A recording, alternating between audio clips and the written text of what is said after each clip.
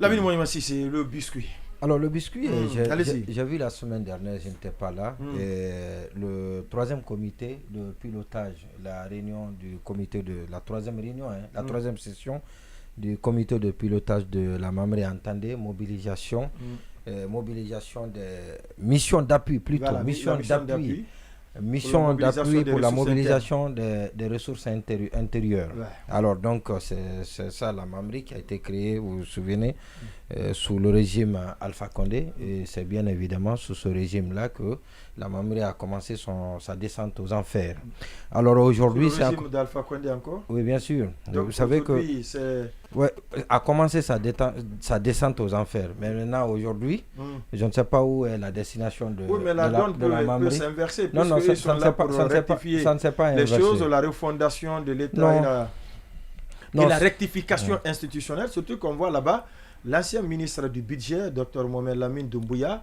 Et quand on voit, comme vous l'avez dit... Mais lui-même, j'ai l'impression qu'il ne comprend plus grand-chose. Maintenant, c'est lui qui avait acheté les pick-up là, un pick-up à 1 milliard et quelques sous Alpha. Ah voilà, oui. Mais c'est à cause de ça qu'il a quitté, son poste, le ministère du budget. Voilà, donc c'est le recyclage. Voilà, oui, mais quand on le voit là-bas, on a l'impression que tout ce qui était mauvais... Il vient même d'être condamné par le tribunal, par un tribunal français, suite à une plainte déposée contre lui par l'ancien conseiller de Kassori, Ansoumane Kamara, qui a été aussi responsable de la Mamri avant que la Mamri ne déménage à la présidence de la République de Guinée sous la haute autorité du président Alpha Condé. Oui, les travaux sont présidés par le général Amara Kamara. Alors justement, à ce niveau, il y a un petit problème. En tout cas, si on se fonde sur la loi qui régit le fonctionnement de la Mamri, cette loi-là, qui est encore en vigueur à moins que la loi n'ait été modifiée, mais cette loi dit que c'est abrogé, mais cette loi dit que c'est le président de la République ou le Premier ministre, c'est-à-dire le président qui préside le comité de pilotage ou le Premier ministre. Mais vous savez, on a fait un raccourci, j'ai l'impression. Vous savez que c'est, comme vous l'avez dit, attaché à la présidence de la République. Et par conséquent, la tutelle, c'est le secrétariat général qui est le patron de l'administration de la présidence, donc qui gère la Mamri. Mais cette tutelle-là est une tutelle de gestion. Voilà, donc c'est une tutelle de gestion et pour être conforme à la loi, pour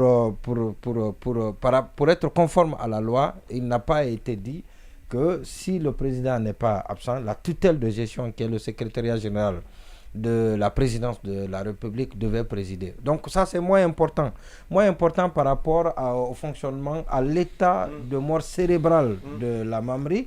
Et parce qu'il y a des gens qui sont, depuis très longtemps, ils ne sont pas payés. Et d'abord depuis 2021, la Mamri, aucune ligne n'existe dans le budget concernant le fonctionnement de la Mamri. Ça en dit long un peu au discours qu'on entend et tout le souhait qu'on exprime concernant la mobilisation à travers la Mamri.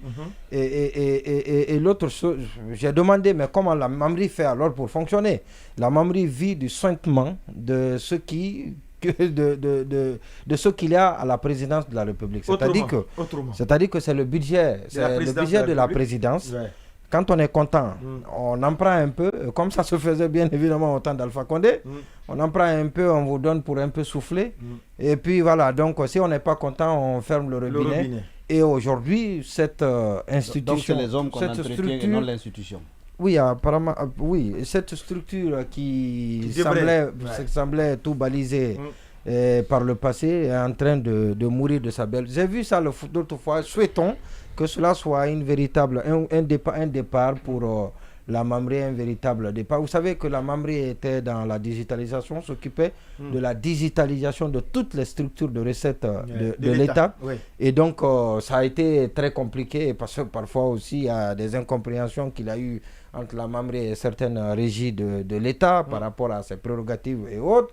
Mais bien évidemment, de ces incompréhensions est né le déclin progressif de la Mamri. Et c'est pour ça d'ailleurs que la Mamri, on se souvient de ce lancement qui devait être organisée, cette cérémonie de lancement qui avait été tout bien préparée, qui devait être lancée quelques jours avant la cérémonie de lancement, et ça a été annulé sur décision du Premier ministre d'alors, sous l'autorité duquel était la voilà, donc était pas placé la Mamri, et c'est après ça, voilà, donc il y a eu un décret pour mettre la Mamri sous la tutelle de la présidente de la République, mais depuis on ne comprenait pas grand chose, et maintenant là c'est tout autre, et parce que jusque là les gens au moins recevaient régulièrement leur salaire, et parce que même cela a cessé.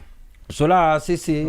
Je dis bien qu'il y en a, voilà, justement, j'ai eu des informations, j'ai été renseigné que et vous savez que la Mamri est composée de cadres très compétents. J'en connais certains qui ont quitté, pas les diasporas que nous connaissons avec un CV taillé sur mesure. Non, pour la plupart falsifié. C'est taillé sur mesure des Guinéens fabriqués. Et voilà, donc ceux qui se font appeler patriotes, avec le terme désormais galvaudé, sous cette ère. Transition. Voilà, donc nous autres qui sommes restés, nous sommes taxés. Une pensée au directeur de l'Achirpa. L'Achirpa qui a été présenté comme étant difficile à prononcer. Comme étant un expert. En tout cas, l'expertise, ça s'apprend quelque part. Mais voilà, le CV, vous pouvez consulter. C'est dans les couloirs où se frottaient contre tout le monde, et on l'a vu passer. Bref, je ne parle pas de cette expertise, je parle des vrais experts. Il y en a dans ce service-là, et souhaitons que cette rencontre la fois dernière, même si elle a heurté un peu la loi dans son fonctionnement, dans le fonctionnement du service, notamment que ça puisse servir, ça devrait être présidé soit par le chef de l'État ou par le Premier ministre. Mais c'est le ministre général de la présidence qui a présidé la rencontre avec une dose de fanfaron. Est-ce que la loi permet à ce qu'il y ait certainement cette délégation qui a été faite par le président? Non, la loi non. La loi dit, non. Oui. La loi dit, est claire, cette loi. Je dis, je ne sais pas si elle a été sous l'autorité de la présidence, de la primature. Non, elle est placée. Elle est placée sous l'autorité de la présidence. Mais le comité de pilotage est présidé par le président de la République, pas la présidence. Par le président de la République. Par le chef de l'État. Par le Premier ministre. Par le chef de l'État. Maintenant, le chef de l'État peut faire une délégation de pouvoir pour présider au comité de pilotage. C'est le Premier ministre, ce qui est dans la loi qui régit le fonctionnement. Mais la structure est placée sous l'autorité de la présidence de la République. Ce qui donne le droit, bien évidemment, au général Amara d'assurer la tutelle de gestion de la structure.